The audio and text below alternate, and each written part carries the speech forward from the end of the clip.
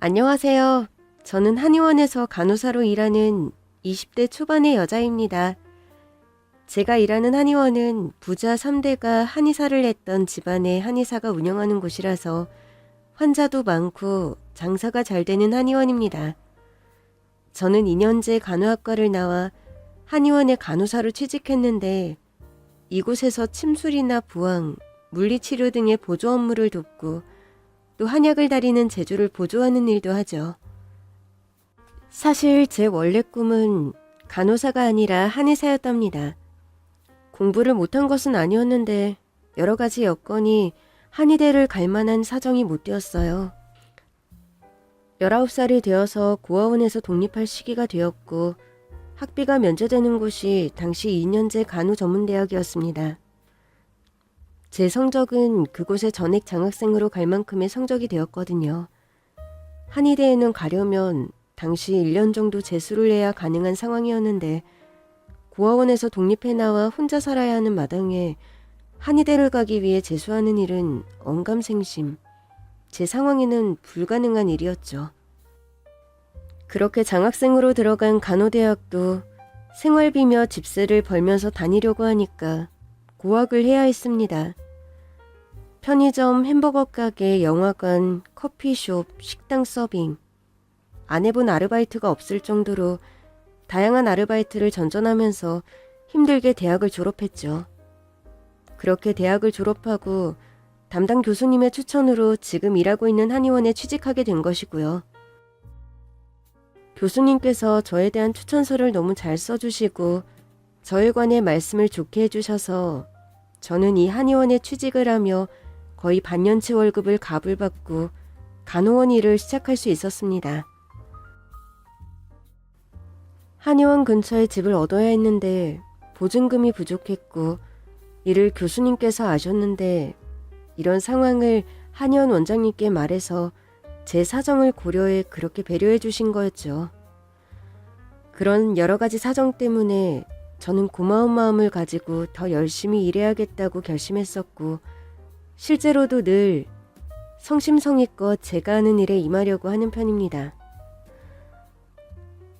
아픈 환자들을 돌보는 일은 제 적성에도 잘 맞는 일이고 제가 어려서부터 뭔가 일을 하나 시작하면 끝장을 보는 아주 열심히 하는 성격이거든요. 해서 여기 병원 한의사 선생님도 저를 좋게 보고 다른 동료 간호사들도 저를 인정하고 좋아하는데 딱 한 명, 아주 진성짓을 남발하는 간호사 한 명이 있습니다. 진 간호사, 오늘 친구 빨고 소독해야 하는 거 알고 있지? 빠짐없이 잘 세탁해서 건조기 돌린 다음 침상정리 싹 다 하고 가. 선배님, 침상정리 순번이 오늘은 선배님이 하실 차례인데요. 알고 있는데 오늘은 내가 남자친구랑 영화 구경을 가기로 해서 말이야. 영화 시간이 간당간당한데 진간호사가 좀 대신해주면 안 돼? 다음 진간호사 순번일 때는 내가 할게. 네, 그렇게 하세요. 그렇게 말해놓고 제 차례에 순번이 돌아왔을 때는 언제 그랬냐는 듯 약속을 깡그리 무시하는 선배 간호사였죠. 게다가 뭐 좀 힘든 환자나 한의원에 손 많이 가는 일들은 대놓고 본인이 하지 않으려고 하면서 일을 미루거나 다른 간호사에게 넘기는 그런 뻔뻔한 행동을 일삼는 겁니다. 진 간호사, 오늘 탕약 다리는 날인 거 알고 있지? 내가 코가 예민해서 한약 다리는 곳에 오래 있으면 막 기침이 나고 비염이 도지는 바람에 진 간호사가 좀 수고해줘. 아니, 한의원에서 일하는 간호사가 한약 다리는 곳에 오래 있지 못하면 어쩌자는 거예요. 그게 진짜면 그냥 업종 바꾸셔야 하는 것 같은데. 야, 어디서 이제야 들어온 막내 간호사가 따박따박 말대꾸야. 너 듣자 하니 고아원 출신이라던데. 출신이 그러면 눈치라도 좀 빠삭해야 하는 거 아니니? 아직도 한의원 돌아가는 상황이 너는 눈에 안 보여? 너는 내가 비단 그냥 여기서 한의원서 일하는 간호사로 보이니? 내가 언제까지 냄새나는 한약 다려가며 침술 보조나 하는 간호사일 것 같아 니 눈엔?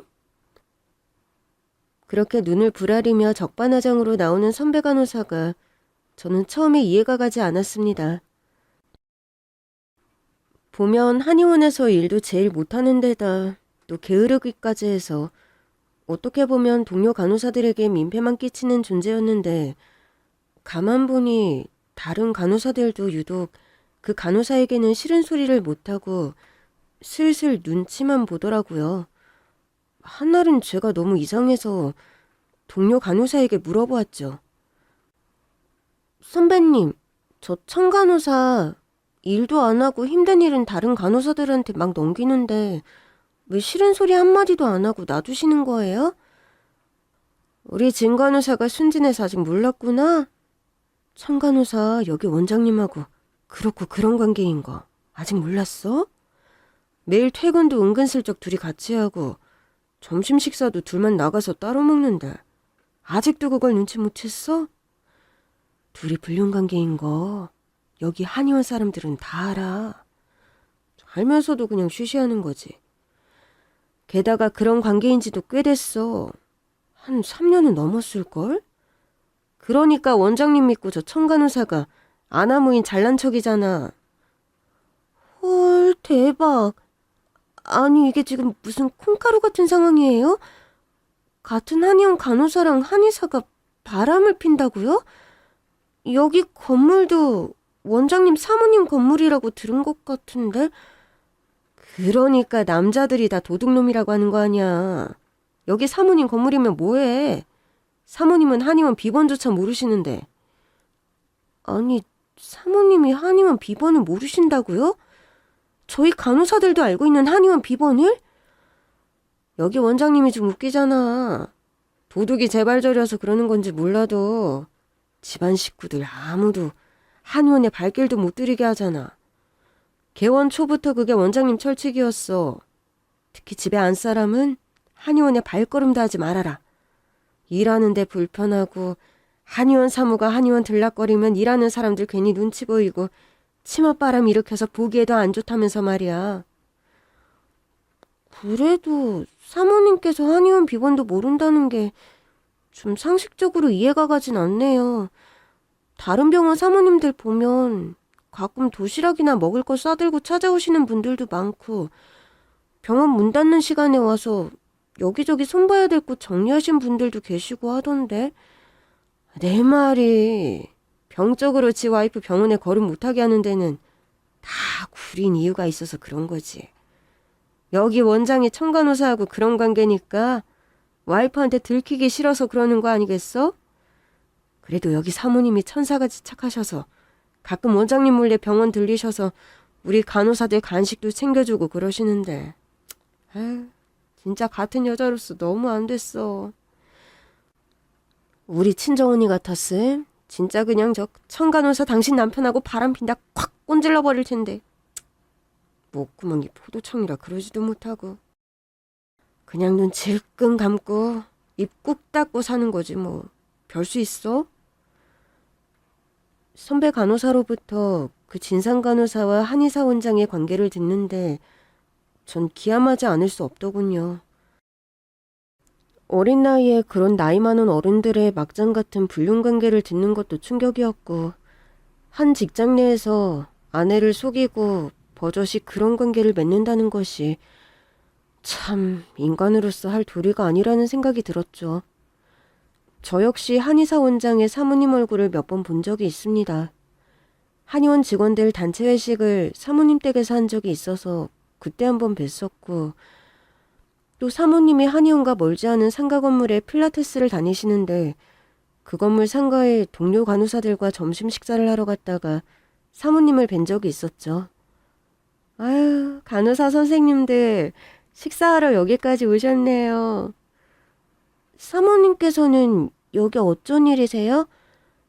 저 여기 건물 필라테스를 다녀서요. 제가 요리하는 걸 좋아해서 가끔 도시락이라도 싸서 한의원에 가고 싶은데 우리 그이가 원체 식구들 한의원 들락거리는 걸 싫어해서 그렇게도 못하네요. 오늘은 어려운 기회에 간호사 선생님들 만난 거니까 제가 맛있는 거 대접할게요. 여기요. 테이블에 계신 분들 한우 소갈비 넉넉하게 드리세요. 드시고 싶은 만큼 많이들 드시고 가세요. 제가 계산은 할 테니까요. 저희 한의원이 환자들도 많고 일이 많은 편인데 늘 고생해 주셔서 감사해요. 그렇게 저희 간호사들의 고생을 치하하면서 맛있는 한우갈비를 대접해 주시는 사모님이셨죠. 그날따라 한의사 원장과 식사하러 가지 않고 저희와 점심을 먹으러 왔던 그 진상 간호사가 자리에 있었는데 지도 찔리긴 하는지 우거지상을 하고 밥을 먹는데 참 어찌나 꼴보기 싫고 인간적으로 밉상이던지.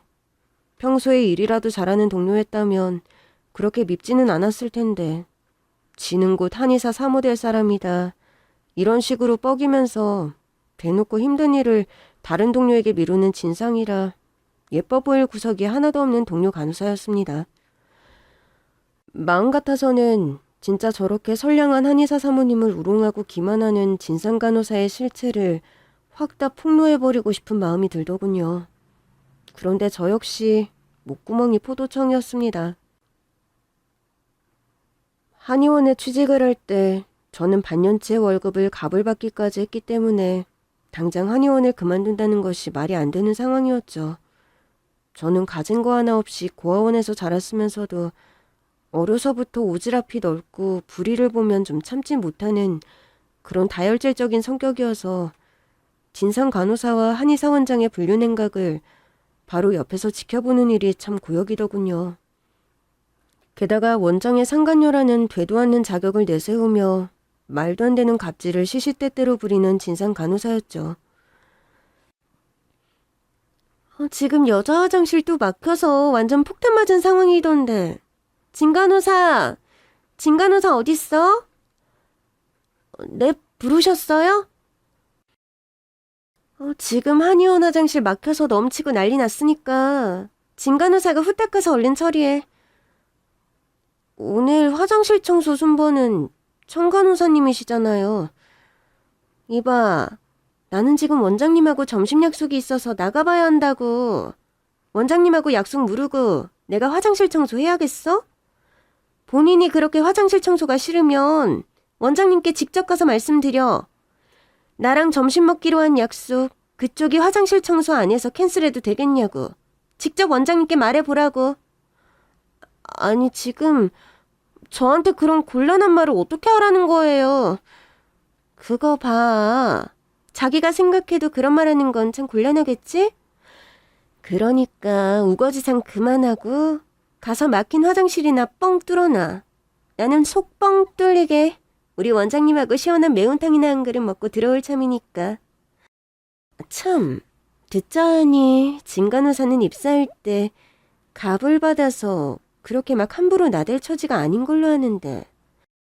자기 처신은 자기가 알아서 잘해야겠지? 난 그럼 이만. 원장님이 지하주차장에서 기다리고 계셔서 나갔다 올게. 그렇게 룰루랄라 콧노래까지 부르면서 원장과 식사하러 나가는 진상 간호사였죠. 참 사람이 어쩌면 저렇게 대놓고 뻔뻔할 수 있을까. 대단하다면 참 대단한 여자란 생각이 들었습니다. 보통 바람을 피워도 다른 사람들은 주변 눈치를 보며 쉬쉬하며 피던데 진상 간호사와 원장의 행각은 용감하다 할 정도로 뻔뻔하고 당당한 것이 사실이었죠. 그런 면에서 사모님이란 분의 행동이나 대응도 좀 답답하다는 생각이 들더군요. 아무리 남편이 일하는 공간으로서의 한의원이라지만 와이프가 되어서 한의원 비밀번호도 모르고 지낸다는 게 어불성설이잖아요. 일주일에 하루 목요일은 한의원이 야간 진료를 하는 날이었는데 이날만 되면 진상간호사는 늦게까지 한의원에 남아 한의사 원장의 보조를 한답시고 한의원에서 둘만의 미래를 즐긴다는 사실을 한의원 사람들은 다 알고 있었습니다. 목요일만 되면 평소에는 그렇게 일하기 싫어하고 업무를 미루기만 하는 진상간호사가 다른 간호사들을 생각해주는 척 다 일찍 퇴근시키면서 원장 옆에 혼자 남아 일하려 한다고 다른 간호사들은 뒤에서 수근수근 욕하기 일쑤였죠. 그래도 목요일 되면 좀 편하지 않아? 저천 간호사가 자발적으로 야근을 하겠다고 하는 유일한 날이니 우리한테는 잘 된 거 아니야? 쥐가 뭐 일하려고 남는 건가요? 다른 목적이 있어서 남는 건데. 아, 정말 남사스럽고 꼴불견이에요. 여기 오는 환자들이 이런 사실을 모르기에 망정이지 진짜. 여기 사모님이랑 처가 식구들 너무 장님처럼 사는 것 같아. 아무리 남편이랑 사위를 믿어도 그렇지. 저 천간호사랑 원장님이랑 관계 벌써 3년이 훌쩍 넘어가는데 식구들이란 사람은 천치처럼 아무것도 모르고 주변에 우리 사회 손님 많은 한의원 한의사라 자랑하고 다닌다던데. 아휴, 발 없는 말이 천리 간다는데 여기 원장님 분류는 소문도 안 나. 선배님 말 맞다나 목구멍이 포도청이라 다들 벙어리로 사니까요. 그러게나 말이다. 우리 이러다 진짜 벌 받는 거 아닌가 모르겠다. 그렇게 수군대며 퇴근하는 목요일 저녁이었죠. 저는 선배 간호사와 인사를 하고 전철역으로 걸어가다 그날따라 갑자기 배가 몹시 고프더군요. 만원 전철에 허기진 배를 움켜쥐고 몸을 우겨넣느니 뭐라도 요기를 좀 하고 들어가자 생각하고 근처 상가 건물 안으로 발길을 돌렸습니다. 여기 바지락 칼국수 하나 주세요. 어머, 진간호사 아니에요? 사모님께서 여기는 어쩐 일이세요? 나 여기 건물에 꽃꽂이 배우러 왔다가 배가 고파서 칼국수나 한 그릇 하고 갈까 하고 들렀죠. 일행이 없나 본데 합석해도 될까요? 네, 그러세요. 이쪽으로 와서 앉으세요. 저는 사모님께 앞에 있는 자리를 치워 앉게 해드리고 같이 저녁 식사를 하게 되었습니다. 사모님은 원장 사모라고 잘난 척하는 것도 없고 소탈하고 성격이 모난데 없이 착한 분이셨죠. 그날도 저 먹으라고 만두도 추가로 주문하면서 그렇게 도란도란 이야기를 하면서 저녁을 먹는데 실은 내가 요리하는 걸 아주 좋아해서 저번에도 김밥을 아주 많이 싸는 바람에 한의원 식구들 먹으라고 좀 가져다 주려다 우리 그이가 질색팔색하는 바람에 못 가져다 줬지 뭐예요. 남편이 일하는 곳인데 뭐 그렇게 허락까지 받으셔야 돼요? 전화하지 말고 그냥 오시고 싶을 때 오셔서 저희한테만 살짝 주시고 가세요. 원장님께는 비밀로 해드릴게요. 어이구, 그렇게 했다가 큰일 나게요? 전에 한번 그이 몰래 한의원 한번 찾아갔다가 얼마나 난리가 났었는데. 그냥 그 사람이 싫다는 행동은 안 하면서 살려고 그래요. 자기 일하는 공간에 가족들이 오는 게 별로라는데 어쩌겠어요? 그게 혹시 뭔가 다른 이유가 있어서 그런 거라면요? 네? 그게 무슨 말이에요? 아니에요. 칼국수 나왔네요. 불겠어요. 어서 드세요.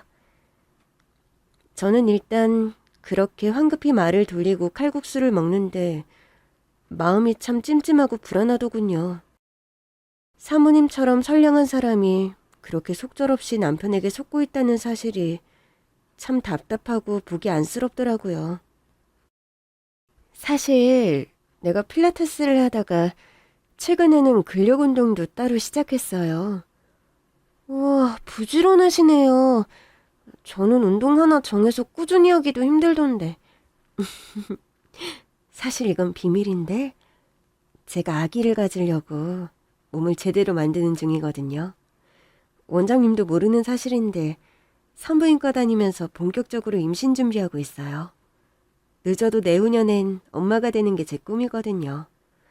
진간호사처럼 야무지고 착한 딸이나 한 명 낳았으면 좋겠어.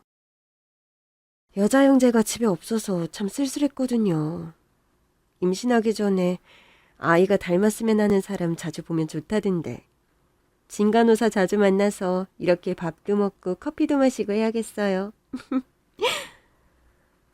그런 얘기를 듣는데 저는 정말이지 먹고 있는 칼국수와 만두가 목에 걸려 체할 것만 같더군요. 아무리 생각해도 이건 아니다.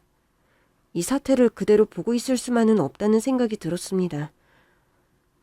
사모님, 저 사모님께 긴히 드릴 말씀이 있어요. 저는 근처 커피숍으로 자리를 옮겨 그간의 사정을 모조리 사모님에게 폭로해버렸습니다. 제 딴에는 정말 한의원을 그만둘 각오를 하고 드린 말씀이었죠. 갑을 받은 한의원이었지만 한 달만 더 채우면 갑을 받은 기간도 끝나가니 뭐 그렇게 크게 걱정할 일도 아니다. 내가 좀 손해보더라도 아닌 건 아니라고 밝혀야겠다. 애먼 여자의 한 인생을 망치게 놔둘 수는 없다. 그런 생각이 들었거든요. 진상 간호사와 한의사 원장의 관계를 전해들은 사모님은 처음에는 제 말을 잘 믿지 않으시더군요. 그러면서 제가 뭔가 오해하는 것이 아니냐고, 가정에 정말 충실하고 평소 자기에게도 엄청 잘하는 남편이라고 말하는 사모님이었습니다. 저도 사모님 말씀처럼 이 모든 상황이 거짓말이었으면 좋겠어요. 사모님처럼 좋은 부인을 두고 직장 내에서 그런 짓을 벌이는 원장님이 저도 솔직히 이해가 잘 가지 않거든요.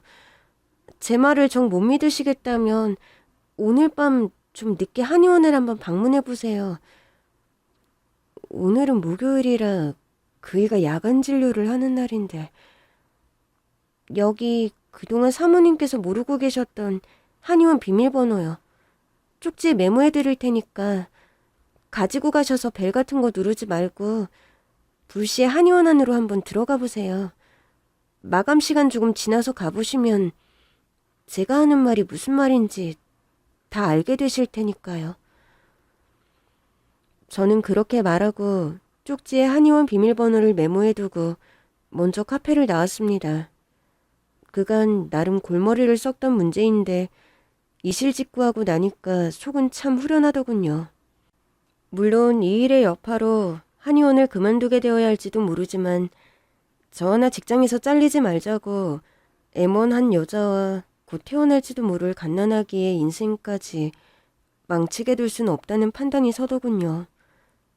좀 손해를 보게 되더라도 이런 선택을 하지 않으면 평생 후회하게 될 것 같은 예감이 들었어요.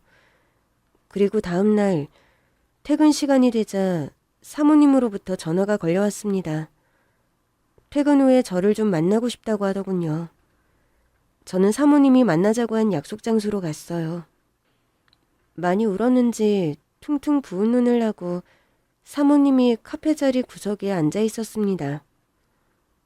진간호사, 처음에 자기 말을 안 믿었는데 나한테 진실을 말해줘서 너무 고마워요. 진간호사가 아니었다면 난 평생 남편한테 기만당하면서 살 뻔했어. 아니면 아무것도 모른 채로 임신까지 하고 나서 남편한테 버림받았을지도 모르겠네.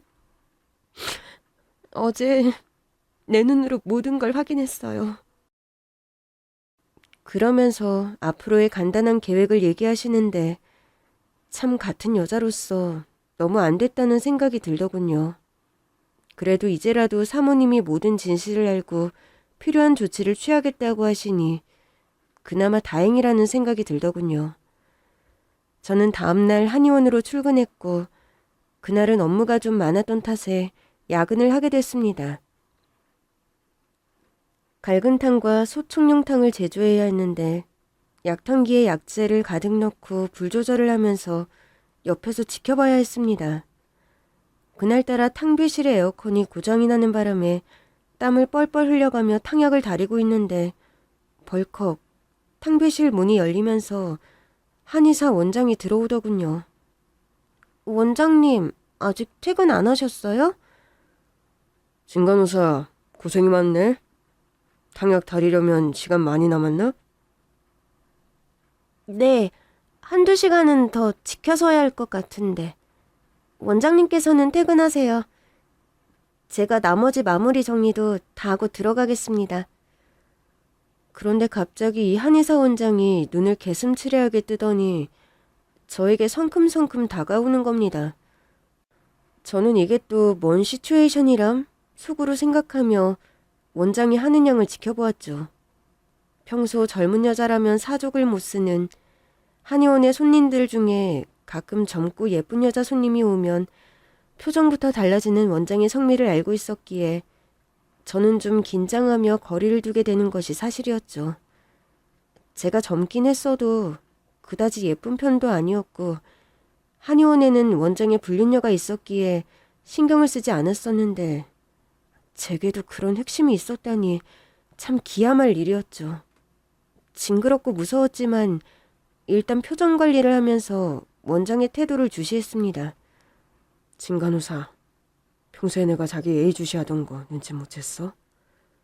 펄펄 끓는 탕약기보다 내 마음이 더 뜨거운데 좀 받아줘, 응? 그러면서 제게 몸을 밀착해오는 한의사 원장이었죠.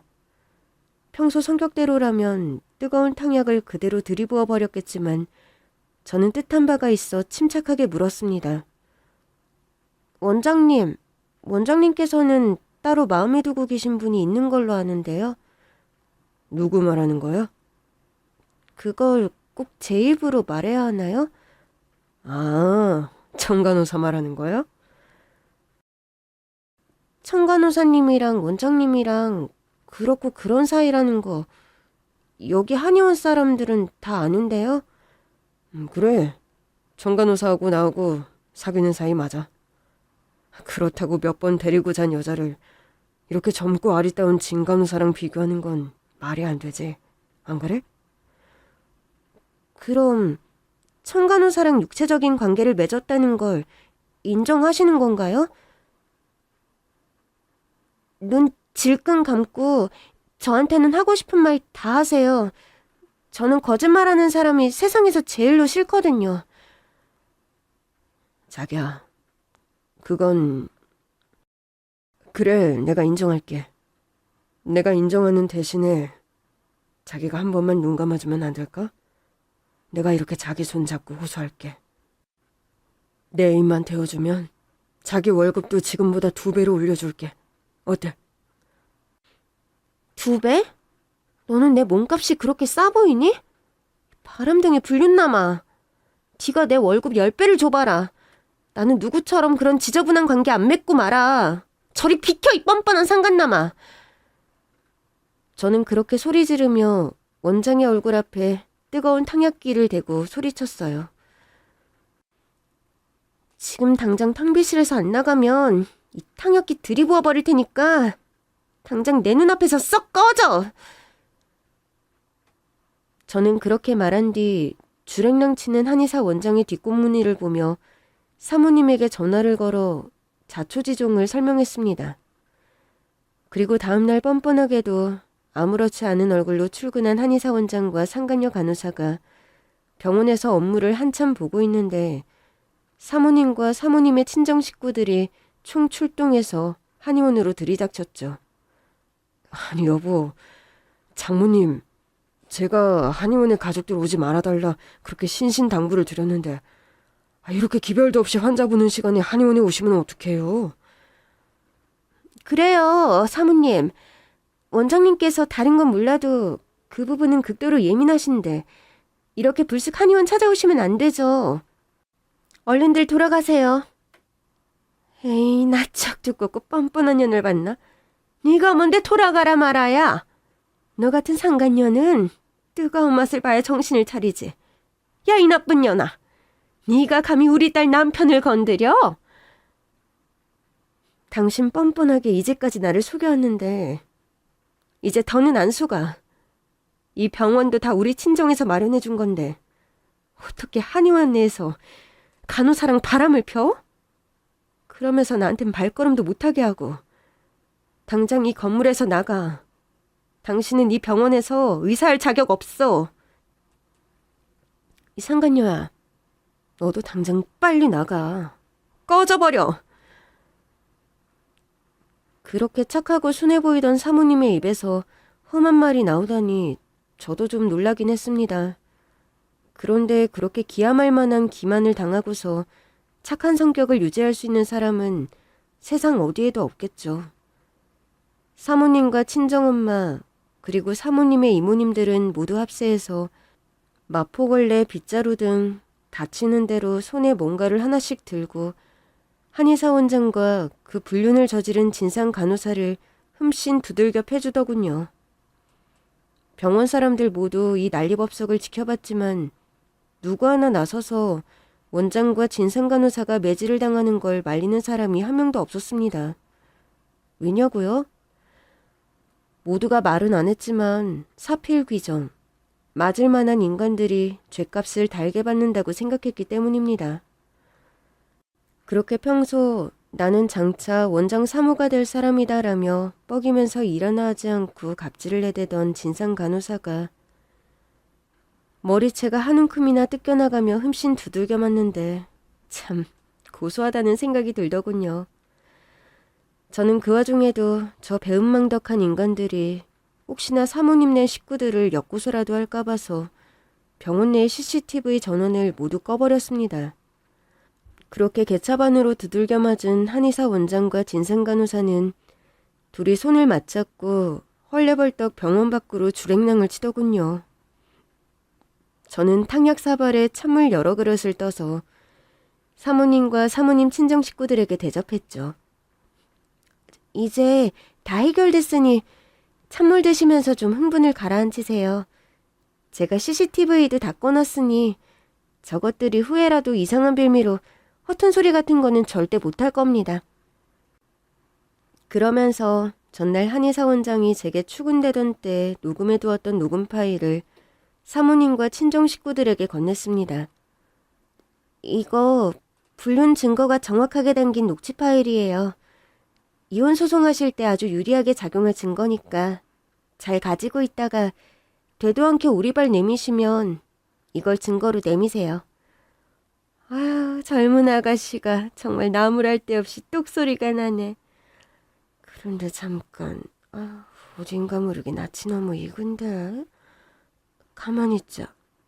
아가씨, 뒤 한 번만 돌아볼래요? 저는 영문을 모른 채로 사모님의 친정엄마가 시키는 대로 뒤를 돌아섰습니다. 그랬더니 제게 다가온 사모님의 친정엄마가 갑자기 제 머리칼을 덥석 거두시더군요. 그리고 한참 제 목덜미를 주시하시더니 갑자기 바닥에 주저앉아 오열을 터뜨리기 시작하시는 겁니다. 저는 영문을 몰라 아무 말도 못하고 있었는데 언니, 이 아가씨가 우리 잃어버린 이영이가 맞는 것 같아. 아유. 그 한마디에 사모님의 이모분들이 모두 달려들어 제 목덜미를 보는데 저는 이게 무슨 일인가 상황 판단이 도통 되지 않더군요. 희영아, 우리 막내딸 희영아, 언니가 죽은 줄로만 알았는데 이렇게 버젓이 살아있었다니. 이게 대체 꿈이니 생시니. 사정을 들어보니 제가 다름 아닌 사모님 댁에 잃어버린 막내딸 희영이라고 하더군요. 그 옛날 20년 전 2살 배기 갓난쟁이를 여름휴가를 떠난 강원도 산골에서 잃어버리셨는데 생사를 확인조차 못한 갓난쟁이를 마음에 묻고 긴 세월 마음고생을 하고 살아오셨다고 합니다. 강원도 산골 깊은 산장에서 잠깐 갓난쟁이였던 저를 재우고 밖에 다녀온 사이에 제가 행방불명이 되어버렸다는 겁니다. 그때 아마 산속에 놀러온 관광객이 사람 없는 틈을 타서 희영이를 훔쳐간 것 같아.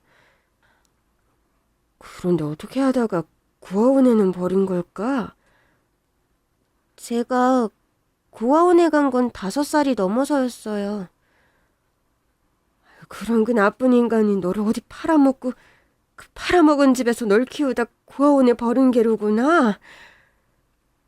제가 고아원에 갔을 때는 저를 키우던 나이든 할머니가 돌아가신 직후였고 아마 저를 유괴했던 사람은 그 할머니에게 돈을 받고 저를 판 것이 아닌가 그런 추측들을 하는 이모와 식구들이었죠. 제가 어려서부터 집안 대대로 물림이었던 목덜미 반점을 가지고 태어났는데 그 반점의 흔적을 보고 엄마는 저를 알아본 것이었어요. 그보다 돌아가신 아빠를 너무 빼다박은 외모에 엄마는 제가 잃어버린 딸임을 직감하셨다고 하더군요. 그렇게 눈물의 상봉을 한 뒤에도 저는 이 모든 상황이 긴가민가 싶어서 만류하는 식구들의 의견을 뒤로하고 유전자 검사를 의뢰했습니다.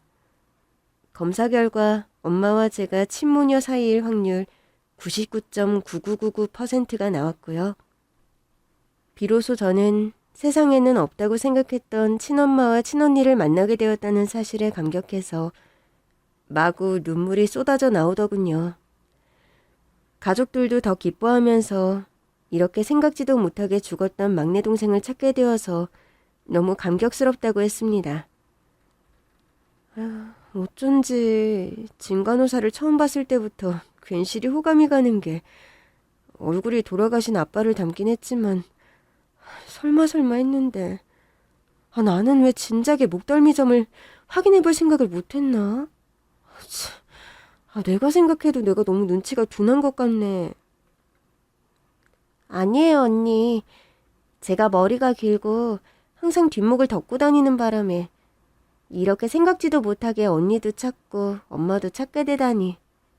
아직도 이게 꿈인지 생시인지 믿기지가 않아요. 네 덕에 내 남편이 그렇게 병원 내에서 버젓이 불륜을 저지르는 행각까지 알게 되고. 희영아, 너는 진짜 우리 집안의 귀인이다. 이렇게 널 다시 찾게 된 것만으로도 행운인데 나락으로 떨어질 뻔한 내 인생을 구제해줬어. 그렇게 말하면서 저를 더 반겨주는 사모님, 아니 친언니였죠. 언니는 그렇게 남편의 불륜 사실을 알게 된 후 바로 이혼 절차에 들어갔고 유책 사유가 남편에게 있던 관계로 두둑한 위자료를 받고 깔끔하게 헤어졌습니다. 저희 엄마 소유 건물에서 한의원을 운영하던 한의사 원장은 당연히 내쫓김을 당해 어디 지방 소도시로 떠나서 월급쟁이 한의사를 한다는 소문이 들려오더군요. 그 진상 간호사 불륜 여와는 애진작에 헤어졌고요. 그 둘이 참 그렇게 이혼당하고 위자료를 물고 병원에서 내쫓기며 경제적으로 공공하게 된 한의사는 불륜녀에게 바로 헤어지자고 이별을 통보했다고 합니다. 그 충격으로 병원에서도 잘리고 연인과도 헤어지게 된 그 진상 간호사는 실연의 충격으로 자살 시도까지 했다는데 다행히 생명에 지장은 없고 건강을 회복해가는 단계라고 하네요. 그런데 지역사회에 소문이 파다하게 나는 바람에 이 지역에서 간호사 일을 다시 하기는 힘들 것으로 보이더군요. 선량한 사모님이 기만당하는 꼴을 더 두고 볼 수 없어서 시작한 폭로였는데 이 일을 계기로 친엄마와 친언니까지 찾게 되고 보니까 참 제 인생에 기막힌 반전이 일어난 셈이었죠. 정말이지 인생 초대박 행운 그 자체였답니다. 저는 2살 갓난아기일 때 이제는 얼굴조차 희미한 어떤 할머니에게 맡겨져 자라다가 5살쯤 그 할머니가 돌아가시면서 구하원에 맡겨져 자란 이후 제게는 가족이란 존재가 세상 어디에도 없을 거라 생각하면서 살아왔습니다. 그런데 하루아침에 이렇게 가족들을 찾게 되니까 꿈인지 생시인지 모를 날들이 이어졌죠. 일단 저는 접었던 공부를 다시 시작하게 되었어요. 엄마와 언니와 한 집에 살게 되면서 엄마께서는 대학을 다시 가는 게 어떻겠냐고 물으셨고 저는 한의대에 가고 싶었다는 원래의 꿈을 말씀드렸어요. 엄마는 당장 재수학원을 알아보시더니 과목별로 최고 수준의 과외 선생님들까지 붙여주셨습니다. 보니까요, 저희 가족이 꽤 그 지역에서 알아주는 자산가더라고요.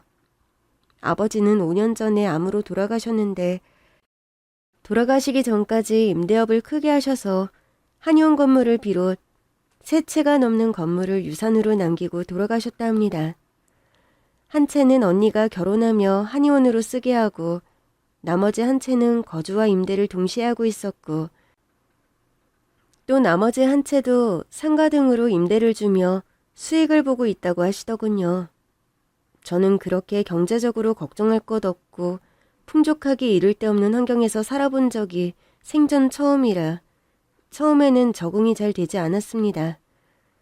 집에서 일하는 아주머니가 계시다는 것, 그리고 학원비나 가회비를 걱정하지 않고 고액 과외를 척척할 수 있다는 것, 내킬 때마다 해외여행을 하고 기분 전환하고 싶을 때마다 백화점에 가서 쇼핑 실컷 하는 것. 그런 드라마에서나 보던 삶을 살고 있는 엄마와 언니였습니다. 그런 생활의 패턴을 보고 늘 놀라는 저에게 엄마와 언니는 또 되게 미안한 감정을 가지는 겁니다. 미안하다 막내야. 어려서부터 너와 함께 누려야 할 것들을 너는 누리지 못하고 나만 편하게 살아온 것 같아서. 네가 이렇게 멀쩡하게 살아있는 줄 알았다면 너를 조금 더 부지런히 찾아보는 건데. 지금이라도 맛있는 거 예쁜 거 많이 먹고 즐기면서 행복하게 살자. 응?